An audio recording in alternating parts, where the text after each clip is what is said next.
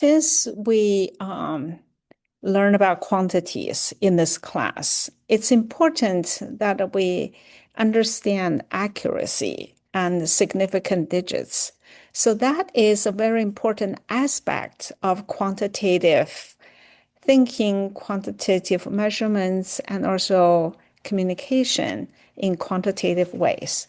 Because accuracy not only matters to people who make important measurements in STEM. Anybody who ever make a measurement, the number you report always can contain accuracy information in it, how accurate the number is. So if I say I measured the length of the table, it's 3 meters, you're not only telling the length. In physics, we interpret that number as also include how accurate that number is. Interesting. If a nurse measures the height of a baby periodically, right? So they're gonna use that to monitor the baby's growth. So it's very important. Let's see. First, let's see significant figures. If I say the measurement is 3 meters, do you know what? It means more than it's 3 meters in physics.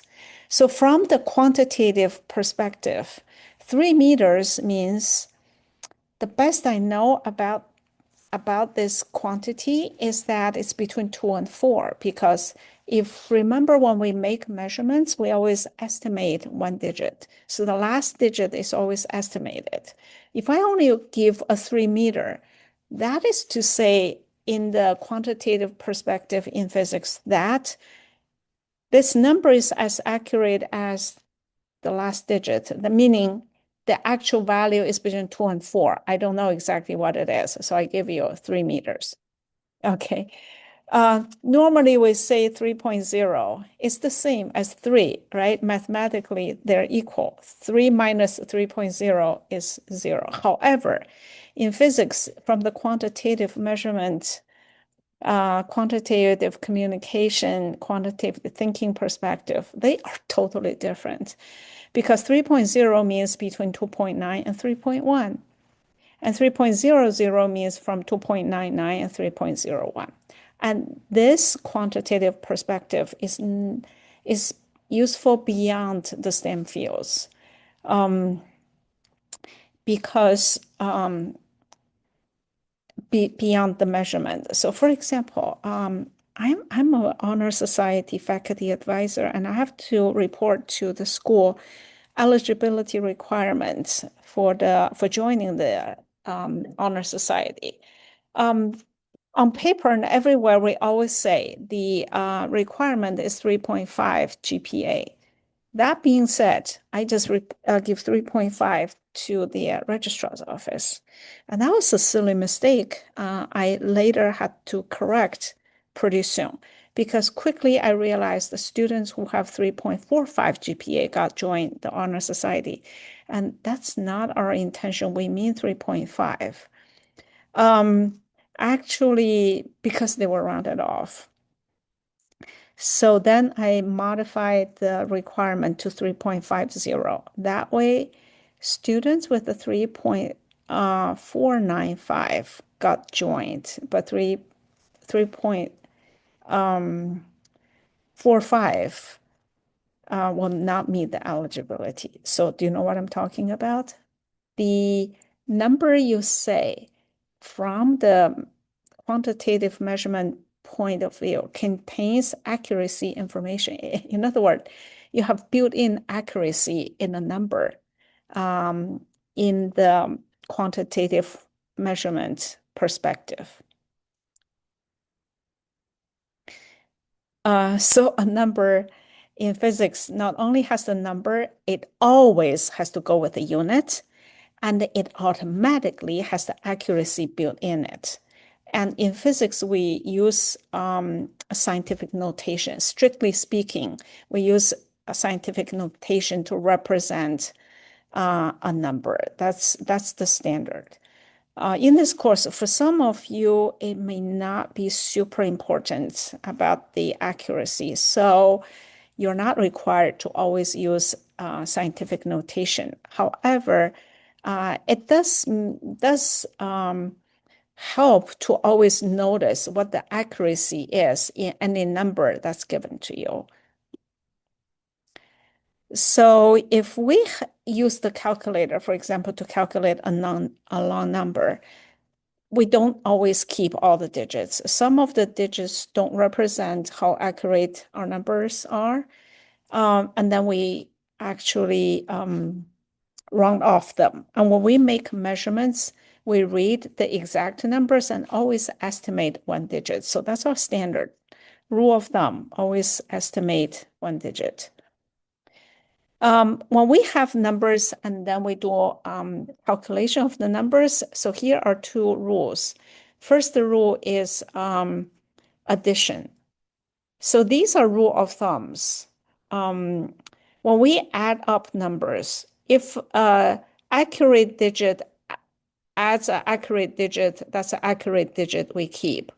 But if an accurate digit adds a digit that's not accurate, in other words, it's estimated, so then that digit is not accurate anymore. So we only keep up to one estimated digit. So when we add up two numbers, we look at the decimal point.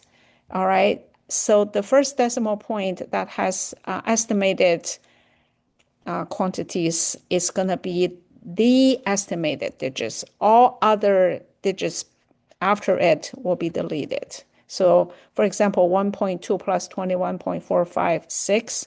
Okay, although the second number 21.456 is more accurate, however, when we add number 2 is already an estimated digit. So the sum of the final result, we keep 21.6.